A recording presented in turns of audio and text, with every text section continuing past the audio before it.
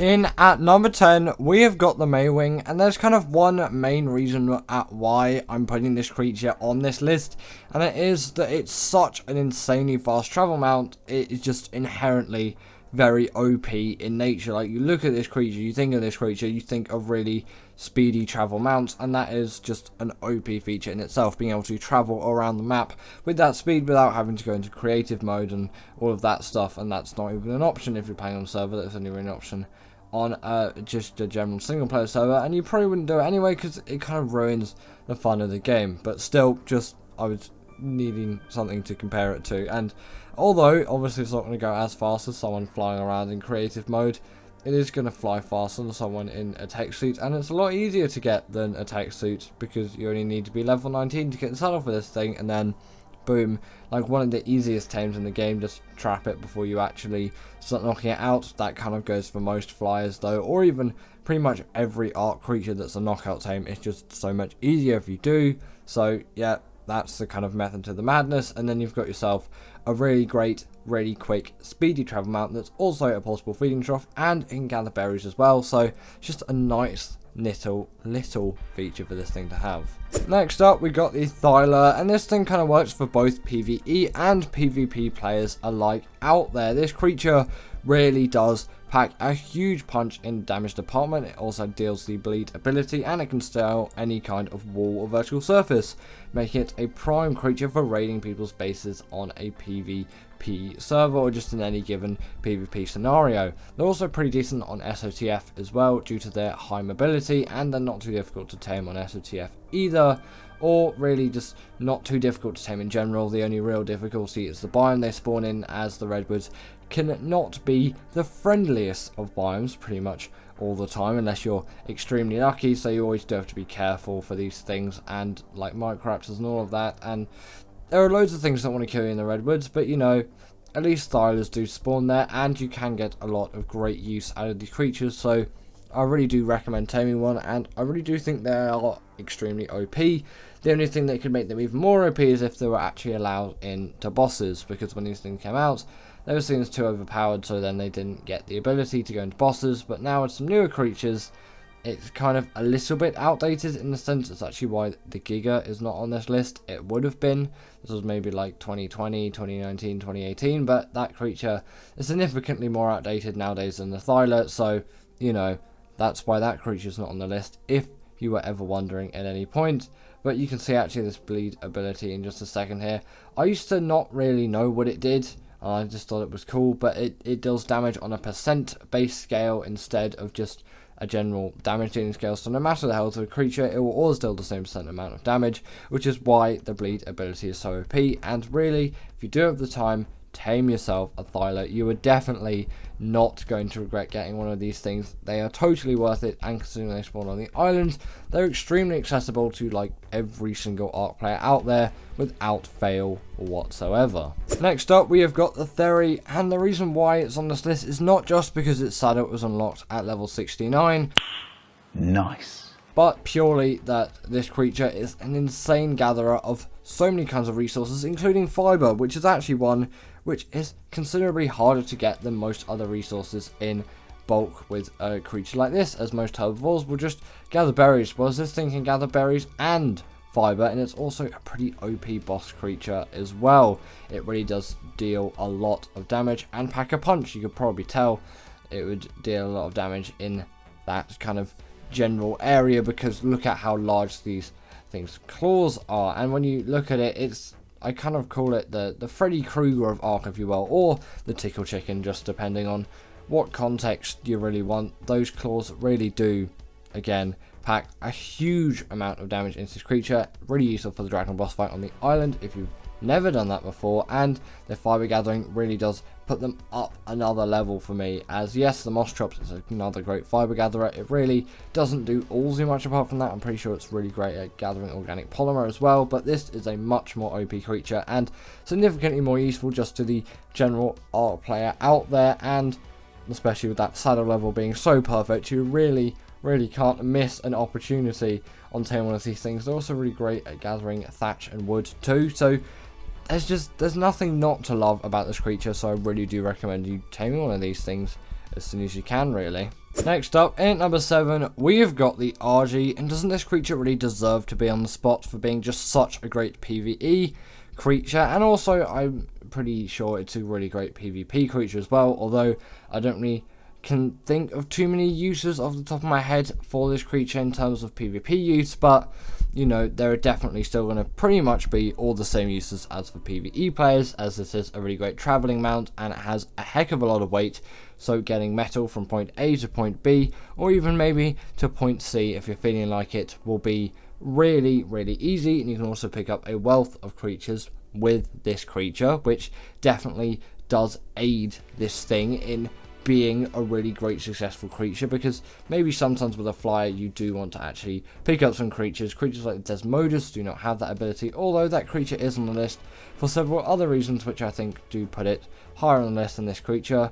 It also does have a portable smithy as a saddle, so if you ever break a metal tool if you're out farming, well, the RG can just simply help you with that, as long as you have some metal ingots that have been smelted. Of course, you can't just use the normal raw metal, if you didn't know that already. I'm sure pretty much all of you did. There's not really a point to me saying that, but you know, just might as well, because I'm sure someone's done it before. Then you can easily repair all your metal gear, and they also do regen as well. If you quickly kill something and then eat that dead body, then you get a really nice quick regen buff, which is actually, it's pretty useful, and it's a lot more useful, and you'll use it a lot more than maybe you'd expect. Next up, we got the Kronosaurus, and doesn't this creature just objectively have to be really OP? It's a hugely massive carnivore capable of dealing a lot of damage, and I also was going to consider putting the Titanosaur and things like the mech on the list as well.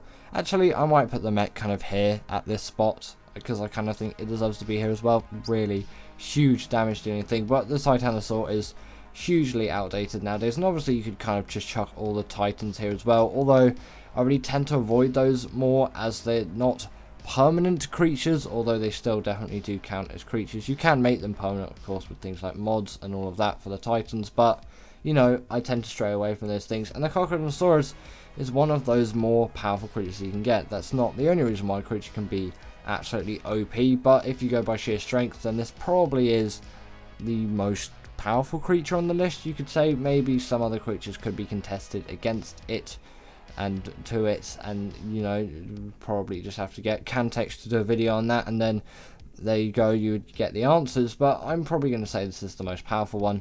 It's somewhat more difficult to tame than the Giga because there are a few more steps. I have a guide on my channel. I'll put it up here if I actually remember to do it. Otherwise, you can just search that. It's not actually too difficult. You just have to be aware for some things, because it can go quite horribly wrong if you don't do it right, and you're just going to be wasting a lot of time, which you know you probably don't want to do. But once you do have one of these things, you really are going to enjoy it. In at number 5, we have got the Shadowman, and this creature is here because it is just so jam-packed full of abilities. You really can't deny this creature's absolutely hugely immense strength when it comes to pretty much anything in the Ark space.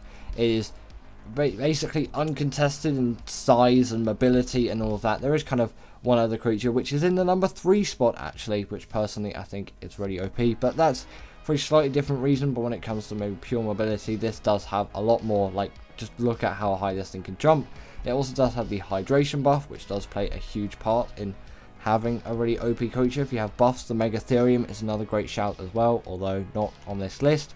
It definitely wouldn't be more OP than some of these other creatures. I think that creature is actually, yes, still while OP, maybe not one of the most OP, although you could easily put it on this list and have people agreeing with you. You actually may want this thing to be on the list, so I guess I gave it a quick mention here. The Shadowman is just so packed full of abilities though.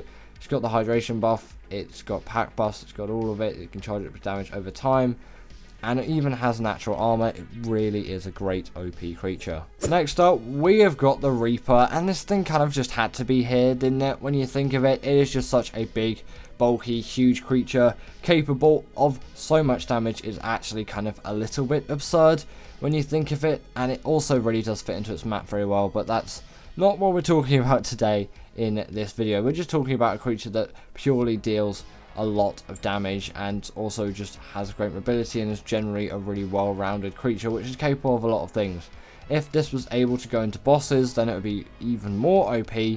can't though, which is kind of why the creature next up on the list, although maybe not as strong, has a lot of edge over this creature, although you can use it on Extinction for the Titans, although the Giga and the Kronosaurus are the more preferable options. But with loads of new creatures coming out in mods in ASA, I know Extinction's still not here yet, but there may be some other options which people may be kind of becoming more fond to. But either way, just in general terms, the Reaper is a really OP creature.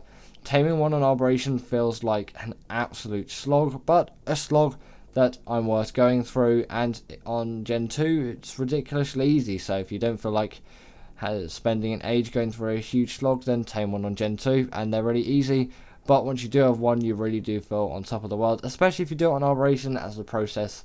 It's just significantly harder to get it done as on Gen 2. The actual process of taming is obviously the same. And in at number 3, we have got the Deinonychus, and this creature literally does bleeder damage to bosses, which is kind of the main reason why it's here, as that is an ability which no other Ark creature has, and it really does make this thing a hugely more OP creature. The fact that it can deal percentage based damage instead of just raw based damage to boss creatures, it's an insane thing to have, and it can grip onto them and all of that, and it's just an insane ability to have. Really, it feels like an absolute cheat if you go into bosses with the Deinonychus, because obviously you're also going to go with the pack as well. You're going to have pack buffs on top of it. There's just going to be buffs everywhere, and you're going to melt through those bosses so quickly. Obviously, don't do the Titans on Extinction with the Deinonychus, but for everything else, these things work really well, and maybe not the Moda actually, because they're not particularly very good underwater creatures, although they still can do a little bit. Just,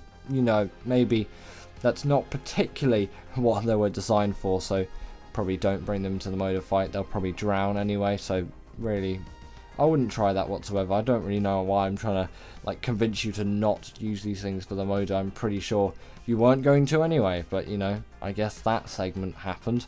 Also, these things take no full damage, which is a nice thing, so you don't have to dismount just before you hit the ground, no matter, like, no, when you fall from a higher place. Sorry, I don't know what sentence was trying to come out there, but that's never going to happen again. Either way, these things, great mobility, and although maybe their parkouring skills isn't quite as elegant as the Thyla solution, I still really like it, and it works, and once you get the hang of it, it really does act quite well. And at number 2, we've got the Desmodus, and this creature just kind of has to be here because it can go, no, we're not going to talk about that. It can go invisible in the night. It's not why it can go OP. My brain is in a muddle. The reason why is because Sanguine Elixir exists, it's a blood bag farm, and you can also pick players off riders with this thing, which is absolutely OP for given PvP scenarios. That's why it's not because it can go invisible in the night time. I can't even show you that because I recorded all this B-roll on the Wasteland biome, and then I realised that you can't set it to night. I probably should have gone to the Snow Dome or the Desert Dome, but I didn't. So, you know, but at least you know it exists. These things can also just grab onto walls, like the Tapijara, which is a nice thing. Just don't press E or the dismount button when you like this. Someone's done it before. Press space or whatever the equivalent button is on console. Not really sure, but, you know, these things, really OP creatures. Sanguine Elixir, absolute cheap for tames. A third of it done like that with a click of a button. And obviously the fact that you can pick people off riders with this thing, insane. Really great for PvP scenarios, and it's also really quick as well. And in at number 1, we have the Rino Gatha, and the reason why I say this is the most OP Ark creature is it really does feel out of place for just what it can do. The fact that this thing can pick up Rexes and Parasauritheriums and all of that just kind of seems a bit out of this world to me, and although they're really useful in ASA at the moment because cryopods don't exist, still they feel really out of place in the general Ark game to me, and kind of maybe too far out of a league that they really shouldn't be going into. And personally, from my opinion, I would like to nerf the Rino Gatha because I find it way too OP. Personally, also on ASA, I think it should be a little bit rarer. Not quite as rare as it is on just general normal ASE, as you can barely even find those things, but still, on ASA, I feel like there is a little bit of an overspawn there. And you may completely disagree with me on this, and you're happy to, and you can comment down below your thoughts, as I'm always happy to hear your thoughts on creatures like this. But personally, I come from a much earlier stage of Ark playing, from like 2015, 2016, 2017, etc, etc. going onwards. I did start playing in 2015, so I've been playing Ark for absolutely ages now, and I kind of really like those primitive feelings of the game. Obviously, the game has to evolve, and generally it will kind of just get easier, and there'll be some new, cooler, more OP creatures being added as the game progresses, but I feel like this is a huge step too far, and I don't really know what the Fasilasuchus, I think it is, will be like on Scorched. Maybe that will be even more OP than this thing, and I don't really like the way that this is all going, but it does seem to be quite popular with the general Ark player base, so I guess it's a working marketing solution for wildcards and snail games and those kind of people. But also with the like expansion pack, like extra creatures as well, that's like even more OP. I really don't like the route that it's going with these kind of creatures. Again, you're very happy to disagree with me, but personally I think the Rino Gatha is too OP, and currently I think it's kind of the most OP Ark Tame out there, just no questions asked. Personally, really not a favourite of mine, but you know, that's my opinion on it, and I still do think it is a great creature. I'm not dissing it for any of that, just personally like way too OP. But anyway, that is the end of today's video, and I really hope that you enjoyed this one. As always, comment down below what do you think of my Rino Gatha query. Do you agree with that or not? Comment down below what's the most OP Ark creature to you, and if you didn't agree with this list, your 10 down below, and I'll see you all later.